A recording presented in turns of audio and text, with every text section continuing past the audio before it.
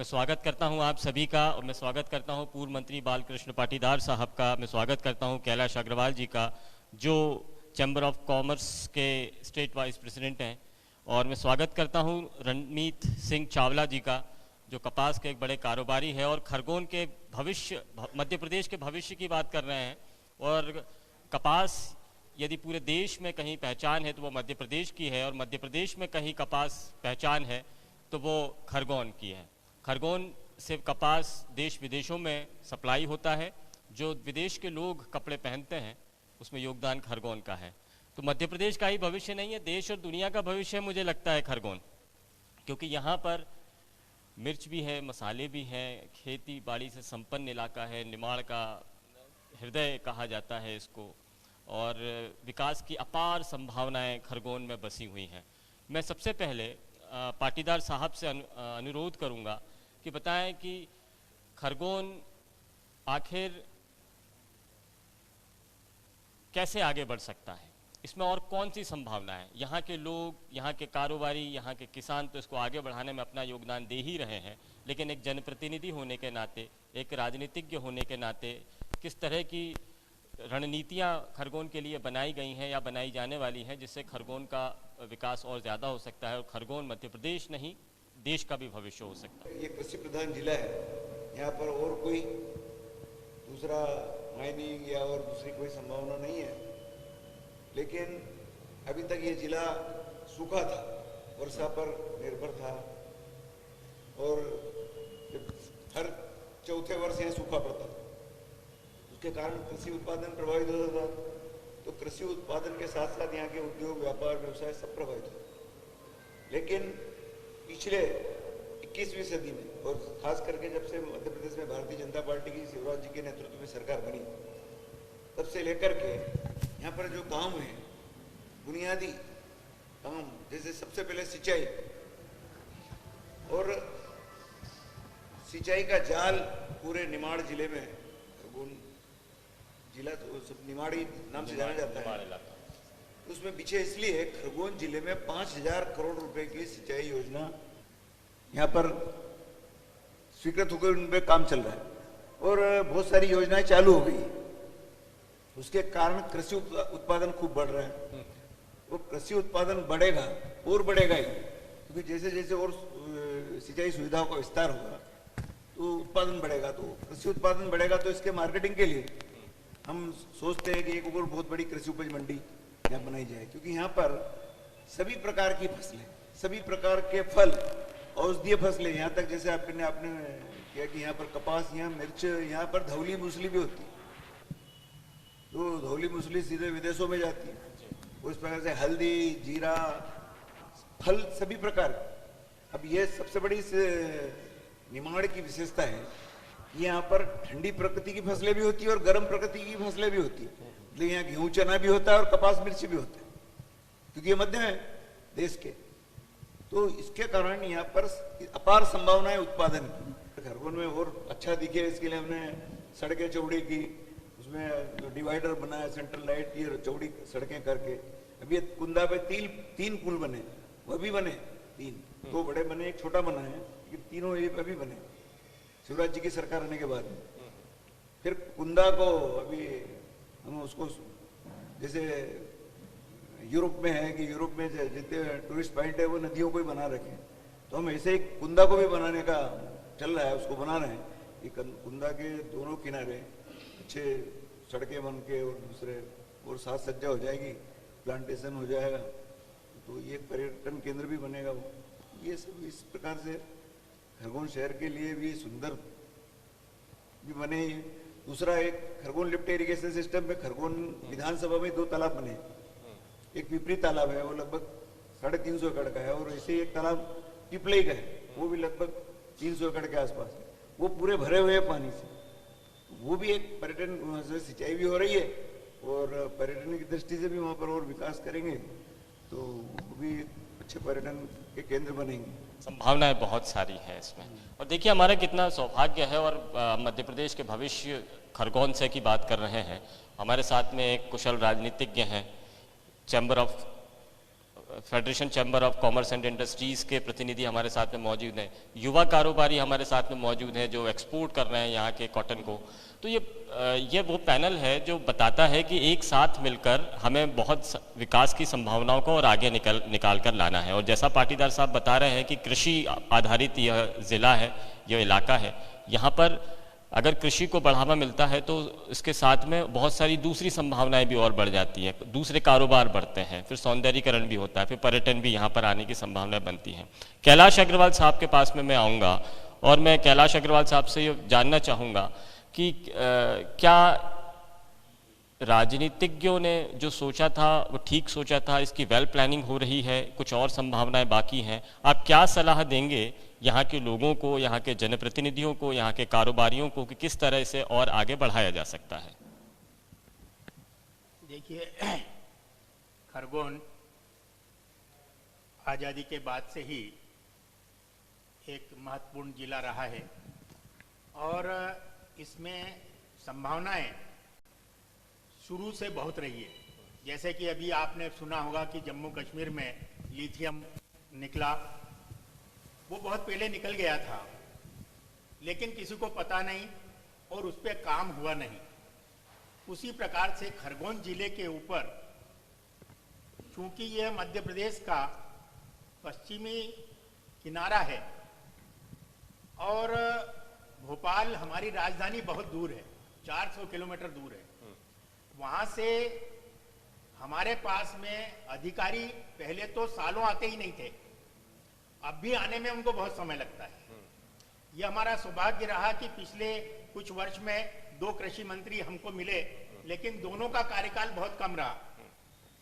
Vision निश्चित रूप से सबके अच्छे हैं, हर व्यक्ति यह चाहता है कि मेरे क्षेत्र का विकास हो और दृष्टिकोण भी है, विजन भी है, फिर भी नहीं हुआ।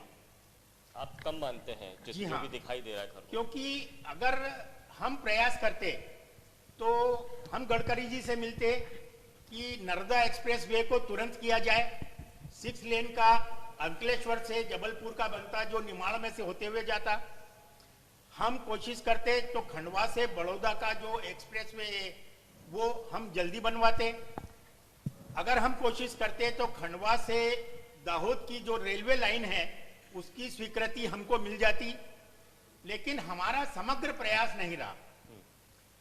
उसके साथ में क्या होता है कि श्रेय मिलना, श्रेय लेना अपनी जगह है और जगह का विकास अपनी जगह है।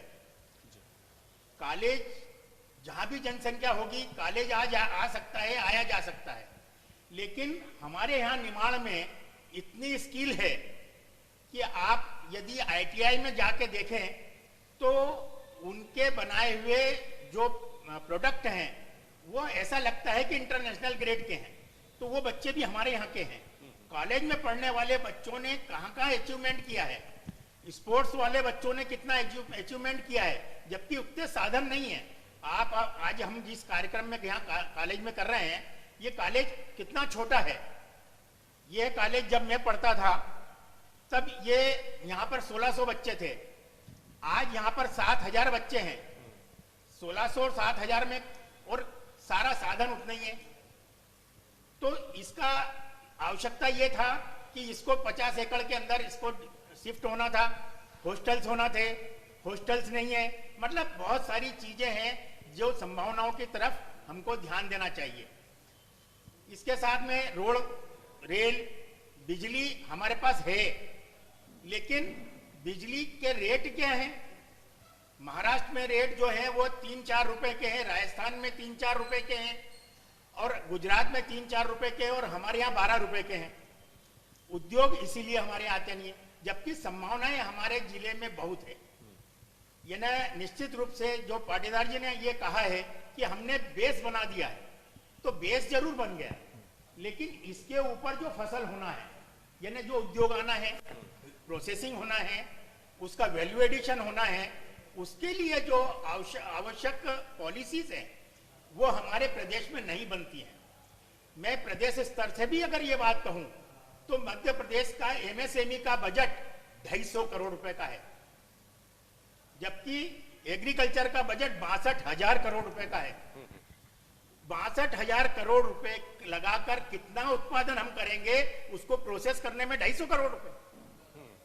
टेक्निकल बात करता है। तो ये जब तक हम ये नहीं समझेंगे कि, मैं एक उदाहरण बताना चाहूंगा खरगोन जिले का, कि यहां पर हमने आंवले को प्रमोट किया और पूरे जिले में आंवला पैदा हुआ।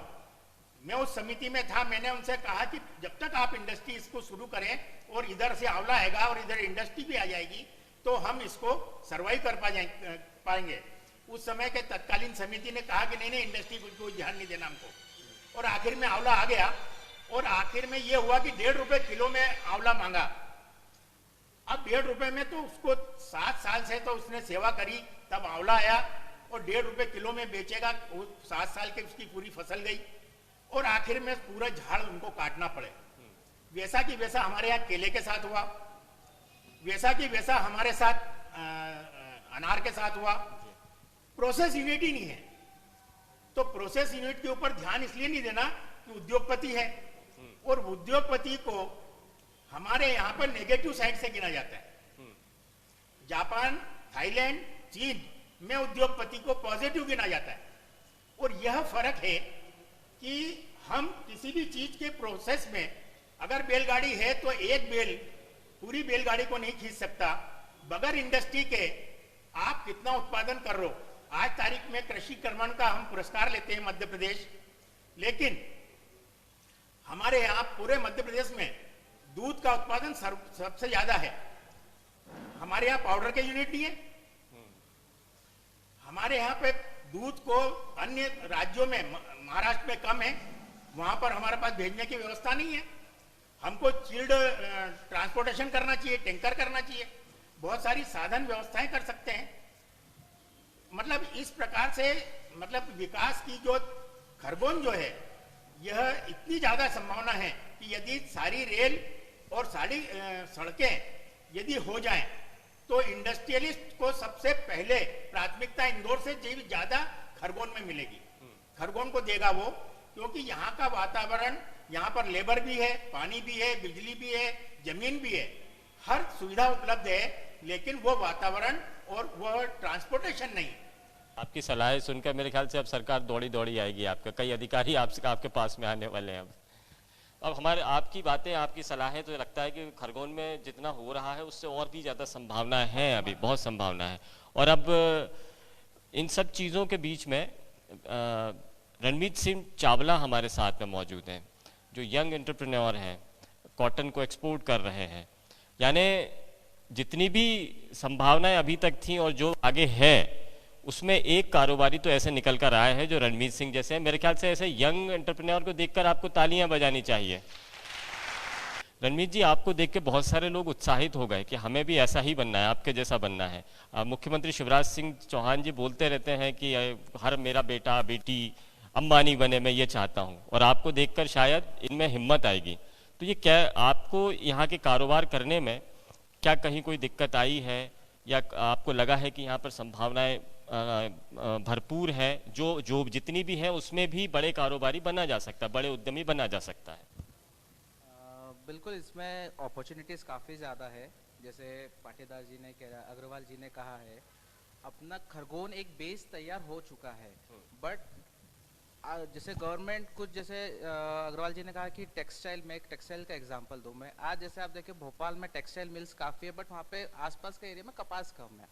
अपने खरगोन साइड के एरिया में कपास बहुत ज़्यादा, तो यहाँ पे इंटीग्रेटेड टेक्सटाइल की काफ़ी नीड है। जिससे इंटीग्रेटेड टेक्सटाइल होएगा, आपका स्पिनिंग डलेंगे, लूम्स डलेंगे, आपकी एम्प्लॉयमेंट आपकी जनरेट होएगी। बाहर इंसानों को, लोगों को बाहर जाके वर्क नहीं करना पड़ेगा, अपना घर परिवार छोड़ के नहीं करना पड़ेगा, जिससे आपके खरगोन क्षेत्र का विकास होएगा।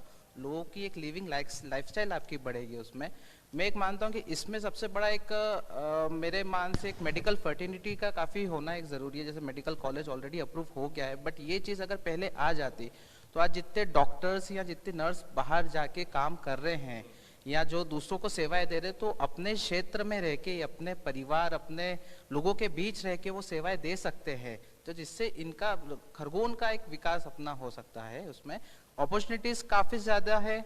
मैं अगर एक यूथ के हिसाब से देखूँ तो खरगोन के अंदर अपॉर्चुनिटीज बहुत है, बट उसको टाइम पे सही टाइम पे अप्लाई करना, वो सबसे बड़ी एक चैलेंज हमारे सामने आज हम फेस कर रहे हैं कि वो टाइम पे चीज़ नहीं मिल पा रही है खरगोन को। जी, तो टाइम पर नहीं मिल पा रही, उसके बाद भी आपने बहुत सारी चीज, आप तो कामयाब हैं, यानी जितना भी हासिल हुआ है, जो जितना भी यहाँ पर जरूरत है। जी माइक। भाई ये पानी की तरह है हाँ। कि कितने भी रोड़े आए अपनी जगह बना ही लेता है। जी हाँ। और कारोबारी में ये काबिलियत भी बहुत ज़्यादा होती है। पाटीदार साहब, आपसे जानना चाहूँगा, ODOP, one district one product, एक ज़िला एक उत्पाद की बात हो रही है, सरकार काफ़ी प्रमोट कर रही है उसको, लेकिन यहाँ तो बहुत सारी चीज़ें हैं, और जैसा कैलाश अग्रवाल जी सलाह दे रहे हैं कि यहाँ पर दूसरे उद्योगों को या कृषि से जुड़े यहाँ के उत्पादों से जुड़ी हुई चीज़ों को, जैसे उद्योगों को यहाँ पर आने की काफ़ी संभावना है। क्या इस दिशा में कुछ सोचा जा रहा है? इसमें खरगोन जिले को लिया है, यहाँ पे मिर्ची को है उत्पाद प्राथमिकता में लिया है, और उद्योगों की दृष्टि से खरगोन जिले में ही है, निमरानी में पूरा एक एरिया, इंडस्ट्रियल एरिया है ही, वहाँ पर बहुत सारी स्पिनिंग मिलें भी है, वीविंग मिलें भी हैं। तो अब ये जो यहाँ पर भी है स्पिनिंग मिले, निमाड़ में है, लेकिन अब क्या कि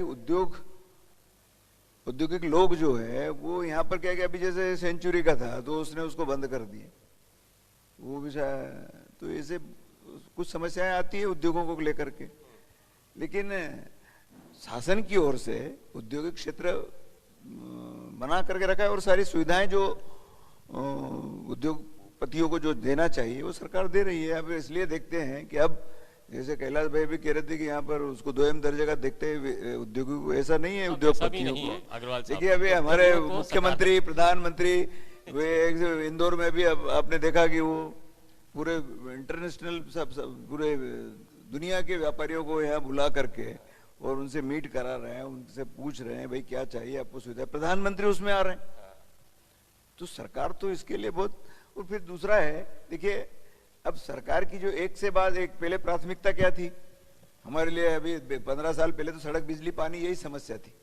सरकार ने उससे सड़कें, हमने गांव सड़क बनाई, अब गांव सड़क बना करके अब धीरे से अब वो पक्की हुई, हर गांव को पक्की सड़क से जोड़ा, फिर ये सड़कें बनाई बड़ी, तो और सड़कों का जाल, और जिस देश अभी जो सड़कों का विकास पूरे देश में जिस तेज गति से हो रहा है, अब हमारी भी ये खंडवा बड़ौदा ये भी स्वीकृति है हो रही है, 4 लेन बन रहा है, तो 4 लेन 2 लेन को 4 लेन, 4 लेन को 6 लेन, 6 लेन को 8 लेन, ये जिस तेज गति से चल रहा है, ये मेरे ख्याल से पहले किसी ने सोचा ही नहीं होगा, वैसा आज चल रहा है पूरे देश में। अग्रवाल साहब, कुछ दिनों बाद में, कुछ महीनों सालों बाद में शायद वो ये कहेंगे कि हाँ जो मैंने कहा था वो हो गया। हाँ, नहीं वो हो ही रहा है, वो हो गया लगभग, वो ज्यादा नहीं लगेगा, हो ही गया। अग्रवाल साहब, तो सरकार हमारी केंद्र की सरकार मोदी जी के नेतृत्व में, मध्य प्रदेश की सरकार शिवराज जी के नेतृत्व में विकास के लिए बहुत तेज गति से, इसकी स्पीड बहुत तेज है, और उसमें ये दिखती भी है वो। अग्रवाल साहब, मैं आपसे ये जानना चाहता हूँ कि एक तो मानसिकता भी होती है, अगर आसपास खेत हो तो उद्योग डालने के विचार कम ही आएंगे, खेती बाड़ी से जुड़ी चीजें ही आनी चाहिए, और खाद्य प्रसंस्करण या कृषि आधारित उद्योगों को अगर हमें लाना है तो हमारे बच्चों में वैसी मानसिकता भी डालनी होगी। जैसे हमने अभी देखा कि उद्योगपति बहुत कम बनना चाहते हैं, ऑफिसर्स ही बनना चाह रहे हैं, और ये सालों से होता आ रहा है, कई पीढ़ियां यही चाहती हैं। तो क्या मानसिकता यहाँ की ऐसी है जिसे बदलने की जरूरत है, और आप जैसे कारोबारियों को, पाटीदार साहब को, रणमीत जी को देखकर शायद वो मानसिकता बदलने की अब जरूरत है? धन्यवाद सर, आपने बहुत अच्छा प्रश्न किया है। मैं आपको जानकारी देना चाहूँगा कि हमारे यहाँ प्रदेश में पहली से लेकर कॉलेज तक उद्योग के ऊपर कोई पाठ ही नहीं है, उद्योगपति के ऊपर कोई पाठ नहीं है। न घनश्याम दास बिरला को पढ़ाया जाता है, न टाटा को पढ़ाया जाता है, न किसी उद्योगपति को पढ़ाया जाता है, और न ही कोई इंस्पायरेशन, कोई प्रेरणा दी जाती है बच्चों को। मैं कई कॉलेज में गया, इंदौर में भी मेरे कई स्पीच हुए। एक प्रश्न मैं बच्चों से जरूर पूछता हूं, जो आपने बच्चों से पूछा कि आपका उद्योग में कितना इंटरेस्ट है। उन्होंने कहा देखिए साहब, आप फालतू बात मत करिए, क्या नौकरी दे सकते हो? तो यानी नौकर बनने को हर आदमी तैयार है, मालिक बनने को तैयार नहीं है। क्या बात नहीं, लेकिन ऐसा नहीं है कि माहौल नहीं बनाया जा रहा है। अब तो राजनीतिक दलों के मंचों पर यह भी नहीं है, हमारे पास एजुकेशन भी नहीं है। कोई एक विद्यालय ऐसा नहीं है जो इंडस्ट्री को पढ़ाए, इंडस्ट्री को सिखाए।